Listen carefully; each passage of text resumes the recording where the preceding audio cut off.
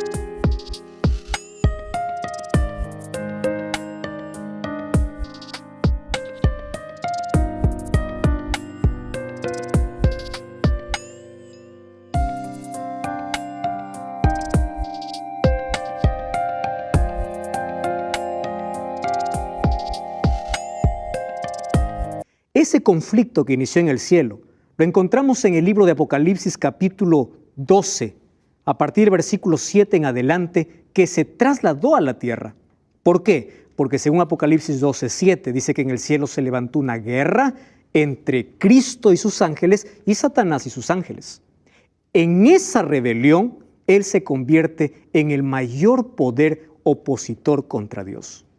Y ese enemigo trata de desfigurar el rostro de Dios. ¿Sabes cómo lo hace?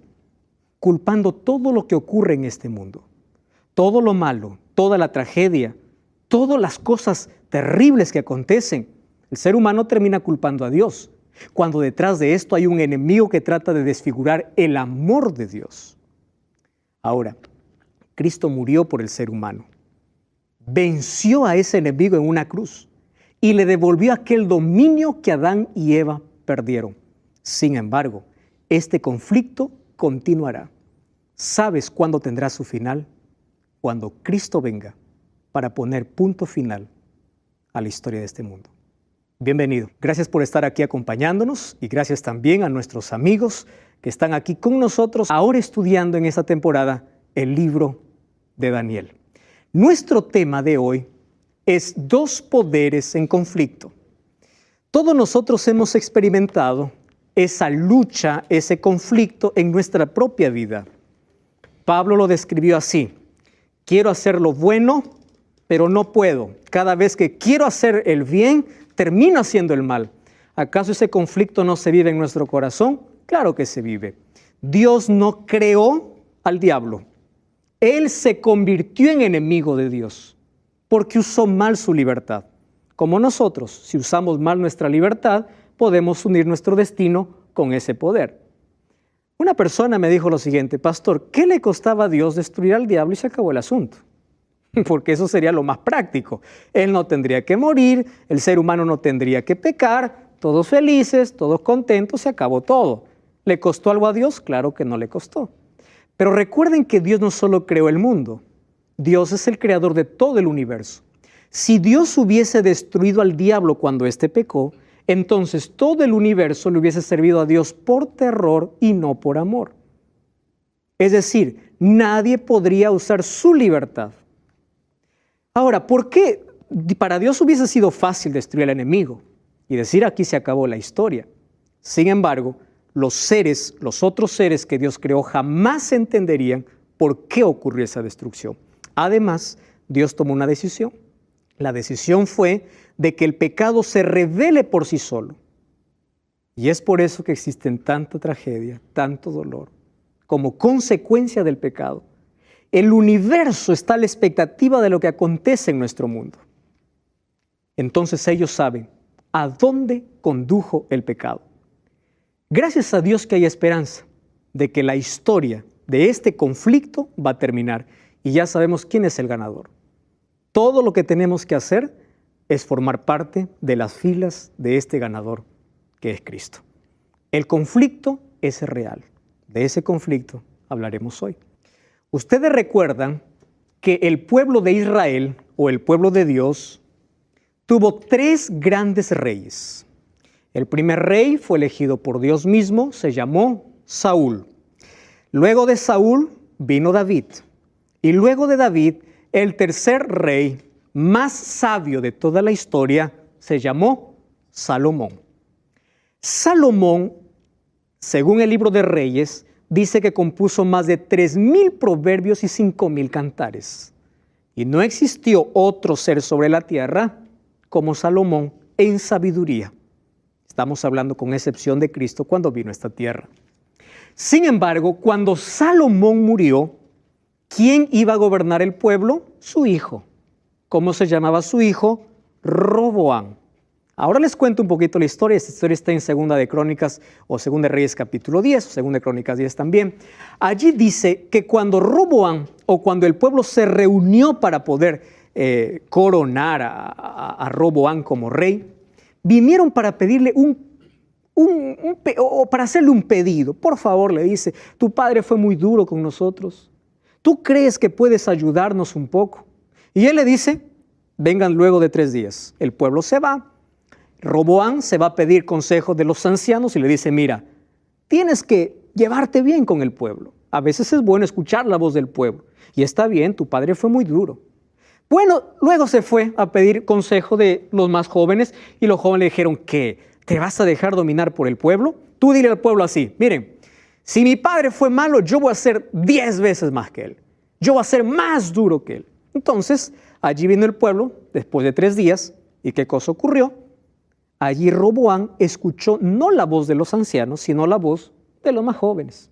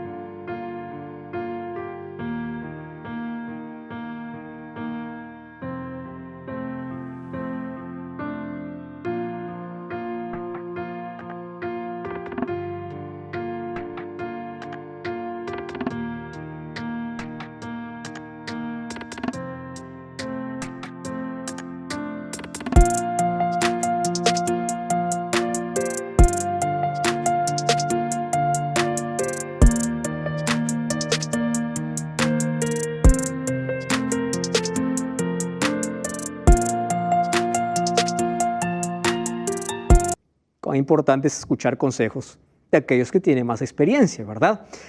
Y se fue al pueblo y le dijo, miren, yo voy a ser más duro. El pueblo se rebeló contra Roboam. Y al rebelarse contra Roboam, ellos eligieron otro líder llamado Jeroboam. Entonces, allí se terminó la unidad de Israel. Hasta ahí eran 12 tribus que conformaban una sola nación.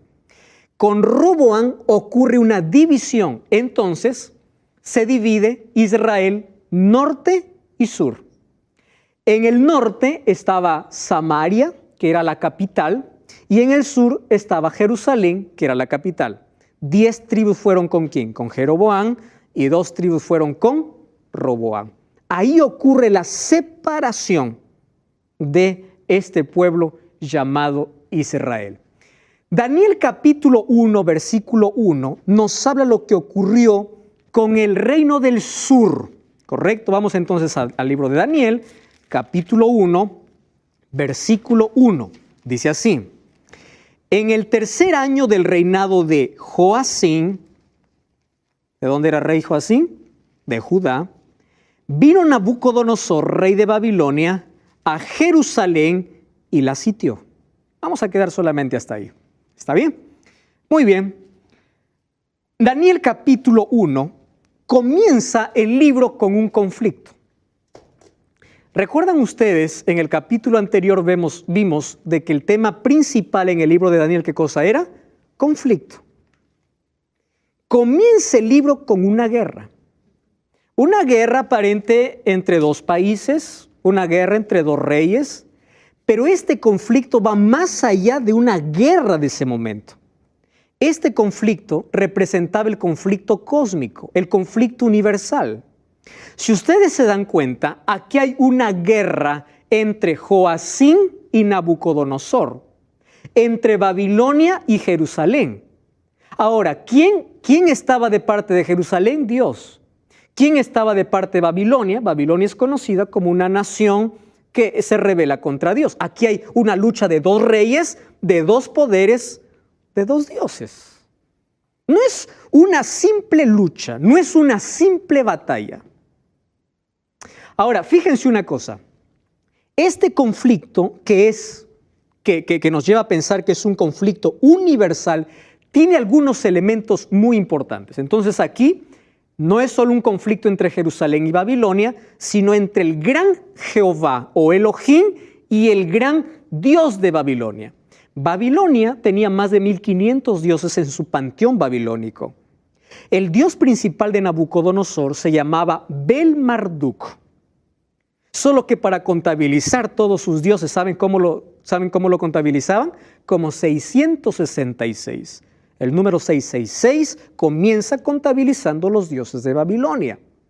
Ahora, esta ciudad politeísta va a conquistar ¿a dónde? A Jerusalén. Ahora, un dato curioso es el siguiente, que la palabra Jerusalén y Babilonia, ¿sabe dónde aparece? En Génesis. Y Jerusalén y Babilonia va desde Génesis hasta el último libro de la Biblia, que es Apocalipsis. Solo que algunas veces habla de Jerusalén literal y otras veces habla de Jerusalén como la ciudad celestial. A veces habla de la Babilonia literal y otras veces habla de la Babilonia espiritual, como una confusión de todas las religiones. ¿Dónde tiene su origen, por ejemplo, Jerusalén? Allí en el libro de Génesis capítulo 11, versículo 2, encontramos la edificación de la Torre de Babel. Ustedes recuerdan esa historia. Después del diluvio, los hombres dijeron, vaya a ser que venga otro diluvio sobre la tierra. ¿Nosotros qué cosa vamos a construir? Vamos a construir una torre que llegue ¿hasta dónde? Hasta el cielo. La Biblia dice que el grupo estaba tan unido que lo que se propuso lo estaba alcanzando. La única manera de poder parar aquella construcción, ¿cómo fue? Confundiendo las lenguas. Por eso se llamó Babel. Babel, ¿qué significa? Confusión. Y de Babel, ¿qué cosa viene? Babilonia. Por eso cuando en el libro de Apocalipsis habla de Babilonia, no está hablando de la Babilonia como ciudad, porque esa ciudad ya fue destruida. Ahora está hablando de una Babilonia espiritual, tomando la idea de la confusión. Si en Babel hubo una confusión de lenguas, en Babilonia hay una confusión de creencias, de ideologías, de filosofías.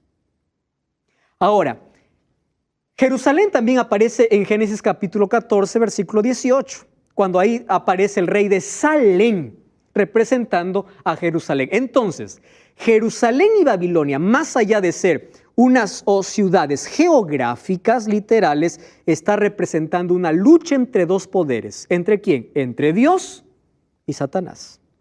Ahora, fíjense lo que ocurre. Ahí aparece el nombre de Joacim, en el tercer año del reinado de Joacim. Joacim empezó a reinar cuando tenía 25 años. Muchacho, ¿verdad? Muy joven para gobernar. Y él cometió un error, el error que muchos de los reyes cometieron. hacer lo malo delante de los ojos de Dios. Ustedes van a encontrar en el Antiguo Testamento el término que más se repite es hizo lo malo delante de Jehová. Y llevó al pueblo a la apostasía. ¿Qué significa apostasía? Apostasía significa volver atrás del camino correcto. Es decir, yo estoy por un camino bueno y yo vuelvo, retrocedo. Eso es apostatar. Es una rebeldía abierta contra la verdad. Eso es apostasía. Entonces, llevó al pueblo a adorar a dioses y no al Dios verdadero. Ahora, fíjense, esta es la expresión más linda que les voy a decir, para que nosotros podamos entender el gran conflicto. Mientras Judá estaba bajo la protección de Dios, no había ningún país que lo conquiste. ¿Por qué? Porque Dios lo protegía. Pero cuando el pueblo de Dios abandonaba a Dios, rompía la muralla de protección. Es decir, le decía, no queremos a Dios, buscamos nuestro propio Dios, y Dios respeta la libertad humana. Y cuando ellos se apartaban de Dios, ¿cómo se quedaban? Desprotegidos. Y es por eso que venía cualquier nación y le hacía esclavo. ¿Por qué? Estaban sin Dios, sin protección. Si nosotros entendiésemos eso dentro del marco del gran conflicto, tendremos respuestas a muchas preguntas del dolor y el sufrimiento. El ser humano elige abandonar a Dios, elige salir de su protección. Ahora, ¿qué cosa había sucedido? Recuerdan que les dije que había el reino del norte y el reino del sur. El reino del norte ya había sido conquistado por el rey Sargón en el año 722 antes de Cristo. Es decir, primero fue conquistado el reino del norte antes que el reino del sur. El pueblo de Judá tenía un espejo para aprender. Ustedes han escuchado esa frase: el inteligente aprende de sus errores, el sabio de los errores de los otros. Judá pudo aprender y pudo haber dicho, nosotros no queremos terminar así. Entonces hay que ser fieles a Dios. Pero en lugar de buscar a Dios, ¿qué hicieron? Se rebelaron contra Dios. Entonces cayeron en el mismo estado que el reino del norte. Dice allí el versículo 1, vino Nabucodonosor, rey de Babilonia, y la sitió. ¿Saben que la palabra sitiar era la palabra más peligrosa en cuestión de guerra? Era rodear la ciudad, romper las murallas, y cuando el enemigo entraba, sangre corría por las calles. Una vez que sitiaba un pueblo enemigo, alguna ciudad, era destrucción segura. Ahora, dice, vino Nabucodonosor. ¿Fue Nabucodonosor en ese momento el rey de Babilonia? No. Quien era rey en Babilonia, según la historia, era Nabopolassar. Nabopolassar envía a su hijo Nabucodonosor a pelear contra Egipto. ¿Correcto? Entonces viene de Babilonia Nabucodonosor, enviado por su padre Nabopolassar, a conquistar Egipto. Y vence a Egipto en la batalla que en la historia lo llama la victoria de Carquemis. Babilonia derrota a Egipto. Mientras regresa, Judá estaba cerca. Y dijeron, bueno, ya subyugamos a Egipto, subyuguemos también ¿a quién? A Judá. Estamos en el camino. Entonces sitiaron la ciudad, y cuando sitiaron la ciudad, ¿qué cosa ocurrió? Nabucodonosor recibe la noticia de que su padre Nabopolassar había muerto. Y en ese tiempo, cuando el heredero no estaba, había usurpación de reino. ¿Qué cosa hace Nabucodonosor? Dijo, a mí qué me importa la conquista, yo quiero el trono. Dejó y dijo, voy a llevarme solo unos cuantos. ¿A quiénes llevó? A los príncipes, a los más inteligentes, a los más sabios. Vamos a llevar solamente unos cuantos. Y de Jerusalén, de Judá, hasta Babilonia habían 1,600 kilómetros. ¡Wow! Lejos. Tomó esclavos. Entonces Nabucodonosor cortó camino de Judá, fue por el desierto para llegar a ocupar el trono. Por eso es que el capítulo 1 ya no comienza con Nabopolassar. ¿Con quién comienza? Con Nabucodonosor. porque es allí cuando conquista a Judá donde él comienza a gobernar. Entonces, él llega a Babilonia y se corona como el rey de Babilonia. Correcto.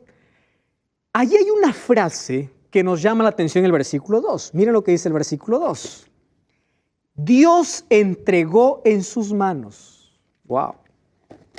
¿Qué tipo de Dios es ese, no? ¿Un Dios vengativo? ¿Un Dios cruel? Porque hay muchos que toman este libro y dicen, ahí está ese Dios.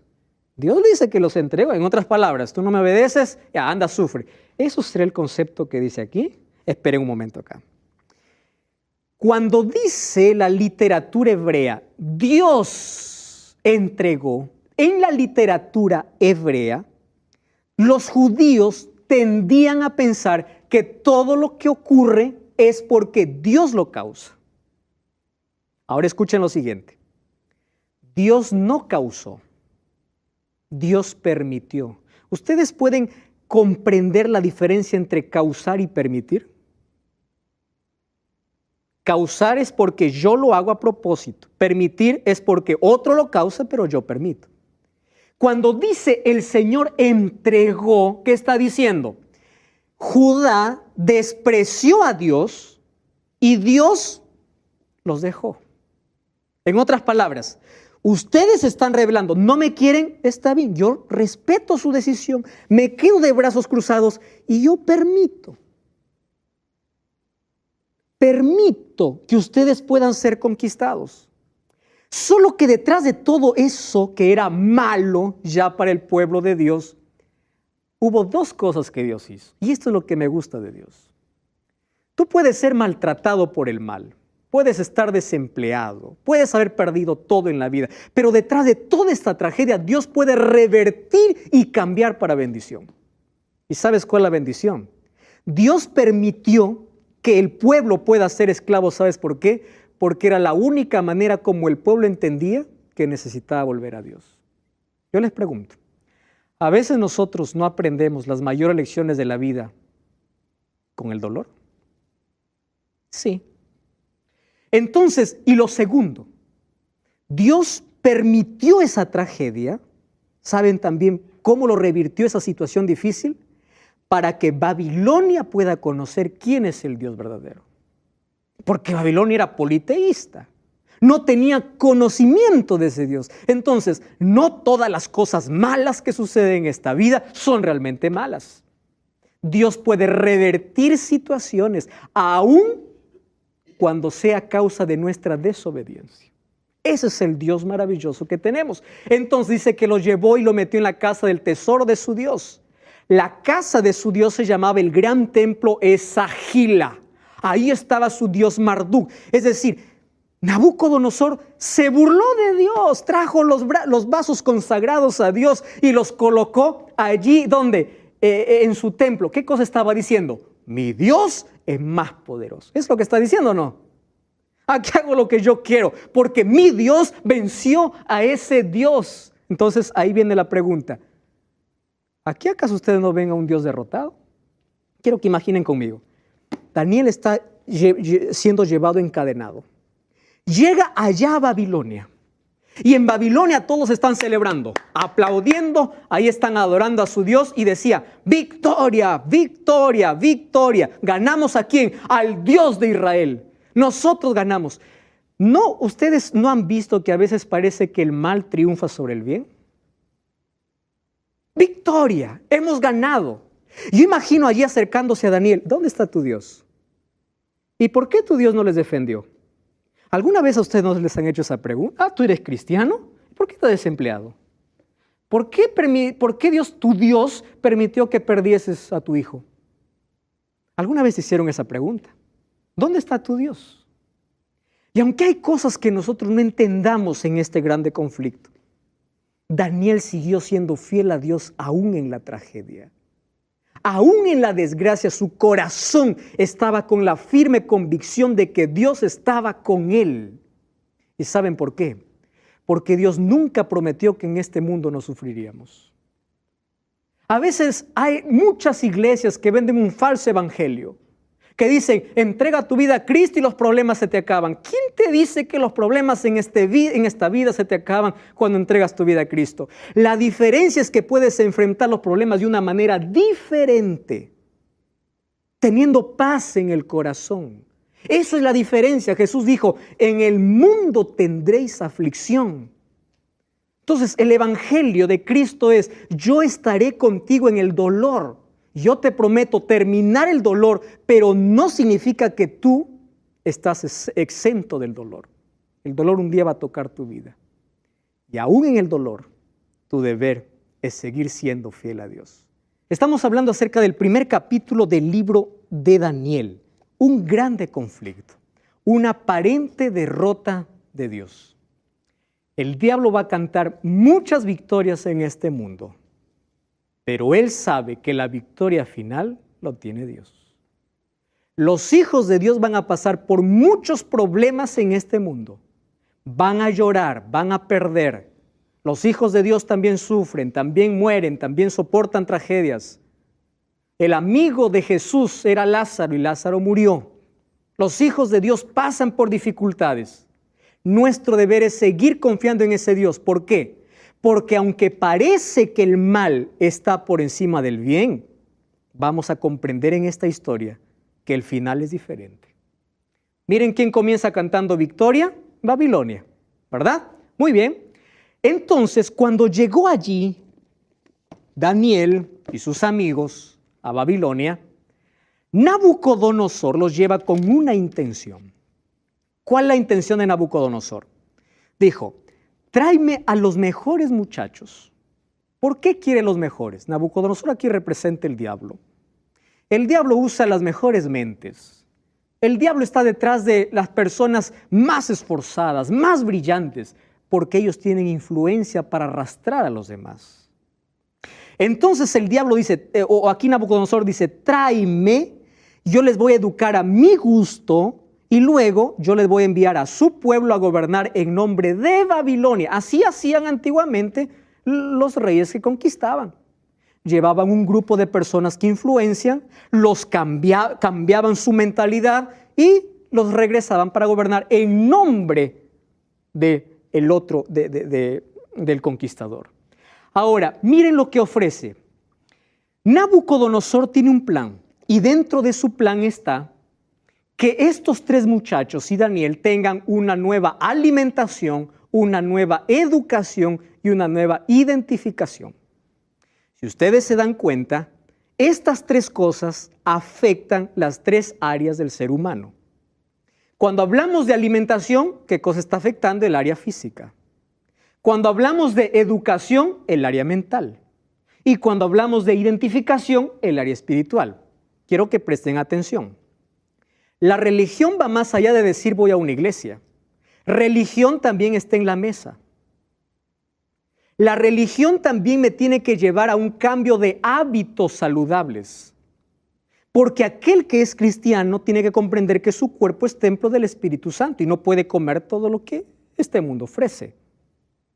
Es decir, en Deuteronomio 6:5 cuando dice amarás al Señor, recuerdan ustedes, con todo tu corazón, también está diciendo con tu comida, con tus hábitos, con tu mente, con tu cuerpo. Amarás al Señor con todo. Ahora fíjense, el diablo coloca alimentación para destruir el cuerpo que se convierte en templo del Espíritu Santo.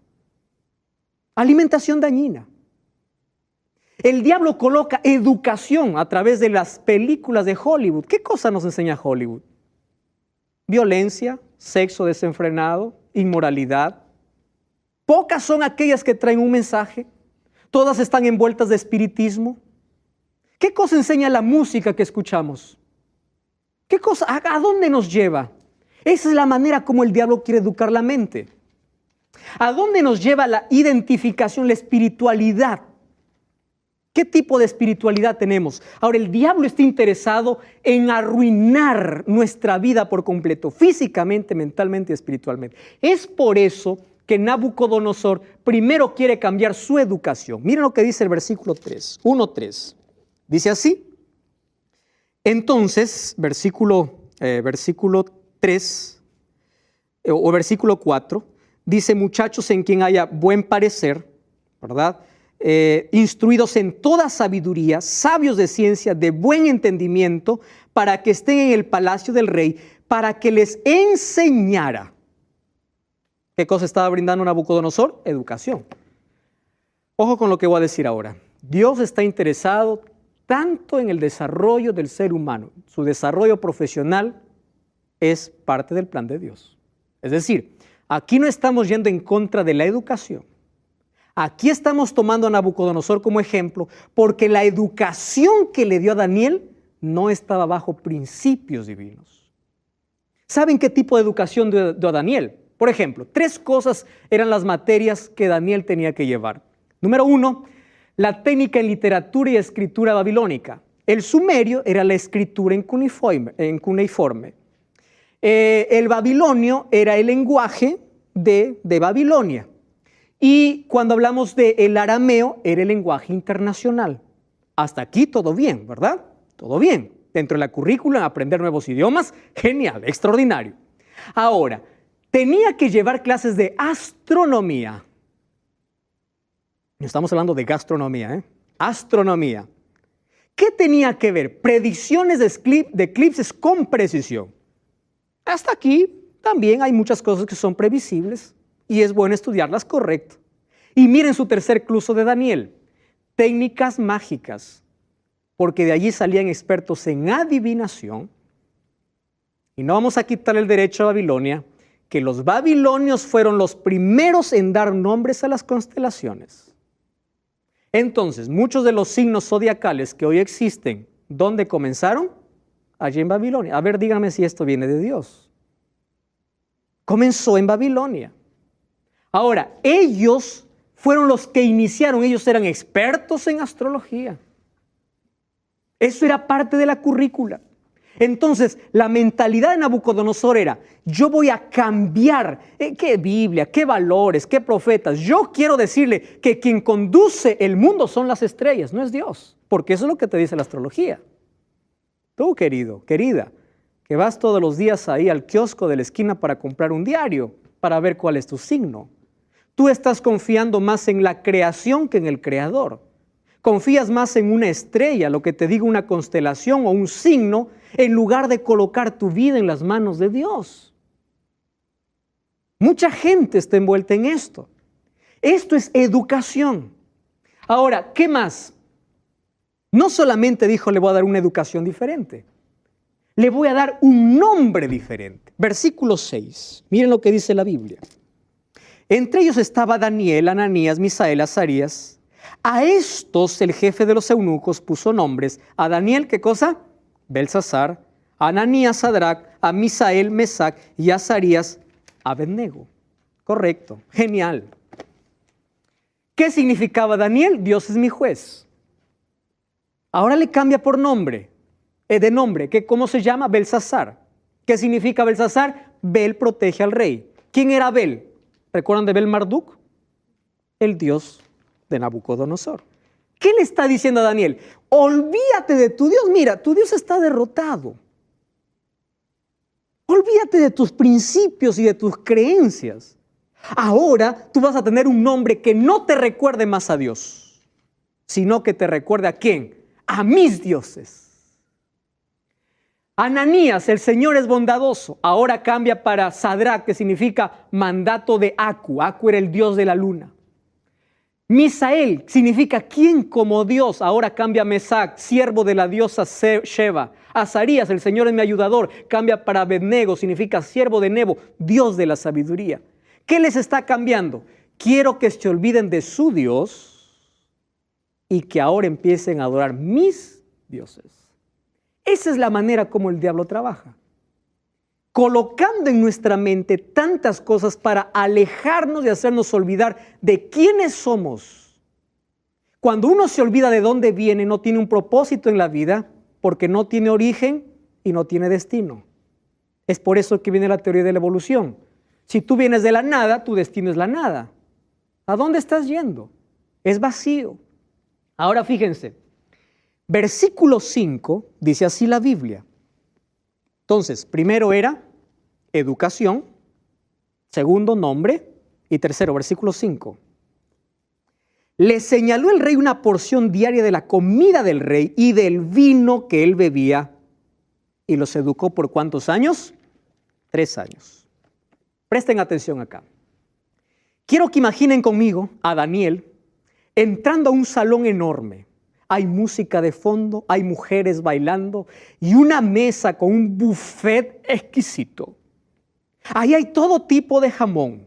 Existe gaseosa, estoy trasladando para nuestro tiempo. Existe cerdo, existe cuy, existe pavo, existe todas las comidas que puedan existir. Y le dice, bienvenido. Ahora yo les pregunto, ¿qué más querría un esclavo si hay buena comida? Daniel pudo haber dicho, mi Dios me dejó, ahora estoy pasando por un mal momento, entonces que venga la comida. Espera un momento. Daniel, dice el versículo 8, que propuso no comer esa comida. ¿Por qué? ¿Era rebelde? ¿Cómo es posible que Daniel siguiera siendo fiel a Dios cuando le estaba yendo tan mal? Él sabía algunos principios. Por ejemplo, toda esa comida era sacrificada a los dioses. Número 2, había animales inmundos que Dios había dicho que no deberíamos comer. Ellos entendían que la salud no es fruto de la casualidad. Esto hoy está pronunciado, ¿verdad? Tienes que cuidar tu salud, no es fruto de la casualidad. Es decir, lo que afecta a tu cuerpo afecta a tu mente, afecta a tu espiritualidad. Tú no puedes decir, soy cristiano, pero he hecho lo que sea a mi estómago, como lo que quiera, porque todo afecta. El ser humano es un ser indivisible. Tú no puedes decir, estoy bien espiritualmente cuando tienes una mala alimentación. Ahora, ¿qué cosa más entendía? Que su cuerpo es templo del Espíritu Santo y quería honrar a Dios con su cuerpo. Él sabía que lo que lo afecta físicamente también afecta, ¿qué cosa? Espiritualmente. Ahora miren, hay muchas personas que allí, ahora les voy a explicar, que están en contra de la alimentación. Dice, ¿por qué Daniel desperdició eso? Daniel 1:8 dice, decidió no comer. ¿Qué significa decidir?